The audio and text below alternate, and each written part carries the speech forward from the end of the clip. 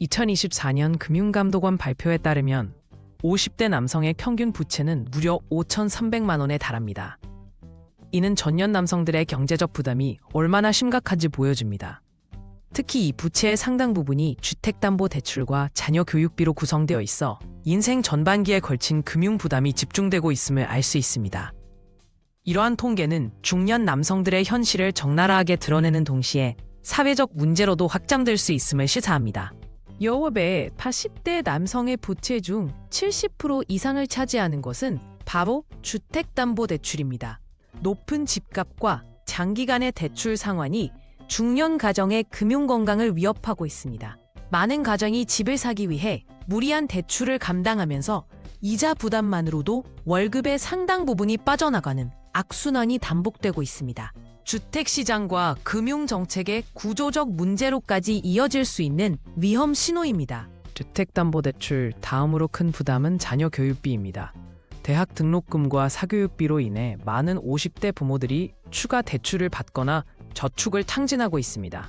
특히 사교육비는 가계 지출에서 큰 비중을 차지하며 자녀의 미래를 위해 어쩔 수 없이 지출해야 하는 항목으로 인식되고 있습니다. 이는 교육 격차와 경제적 불평등을 심화시키는 요인으로 작용하며 중년 세대의 금융 스트레스를 가중시키고 있습니다.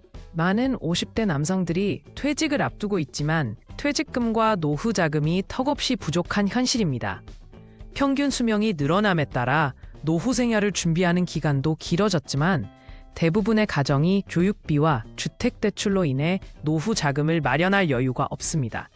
이는 퇴직 후 생계 유지와 건강관리에 대한 불안으로 이어지며 중년 세대의 미래에 대한 불확실성을 더욱 키우고 있습니다. 생활비 보충을 위한 고금리 신용대출은 중년 남성들의 금융 상황을 더욱 악화시키고 있습니다. 월급만으로는 부족한 생활비를 메우기 위해 신용카드 할부나 소액 대출을 이용하다 보면 이자 부담이 눈덩이처럼 불어나게 됩니다.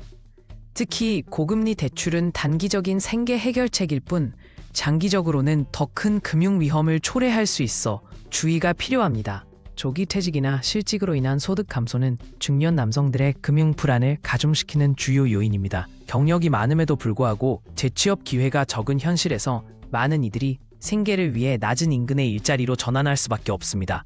이는 전문성과 경력을 인정받지 못하는 아픔으로 이어지며 중년 실업 문제가 개인의 능력보다는 사회적 구조에서 비롯됨을 보여줍니다. 금융적 어려움은 가족 전체의 희생으로 이어집니다. 배우자나 자녀가 생계를 위해 알바를 뛰는 경우가 늘어나면서 가정의 정서적, 경제적 부담이 커지고 있습니다. 특히 자녀들이 학업보다 생계를 위해 일해야 하는 상황은 교육 기회의 불평등으로까지 이어질 수 있습니다. 이는 단순히 경제적 문제를 넘어 가족관계와 미래 세대의 성장에도 악영향을 미칠 수 있는 심각한 문제입니다. 지속적인 금융 스트레스는 중년 남성들의 건강을 위협하고 있습니다. 불면증, 우울증, 고혈압 등 스트레스 관련 질환이 늘어나면서 의료비 부담까지 더해지는 악순환이 반복되고 있습니다. 건강 악화는 생산성 저하와 추가적인 경제적 부담으로 이어져 문제를 더욱 복잡하게 만듭니다. 금융 문제가 신체적, 정신적 건강과 밀접하게 연결되어 있음을 인식하는 것이 중요합니다. 중년 세대의 금융 문제를 해결하기 위한 사회적 지원은 턱없이 부족합니다. 정책적 지원은 미비한 상태이고 복지제도 역시 현실적인 도움을 주기에는 한계가 있습니다. 개인의 책임만을 강조하는 분위기 속에서 구조적인 문제는 외면당하고 있습니다. 중년 세대의 경제적 불안을 해결하기 위해서는 정부와 사회의 적극적인 관심과 지원이 시급한 상황입니다. 20대 남성들의 금융위기는 결코 현재 세대만의 문제가 아닙니다.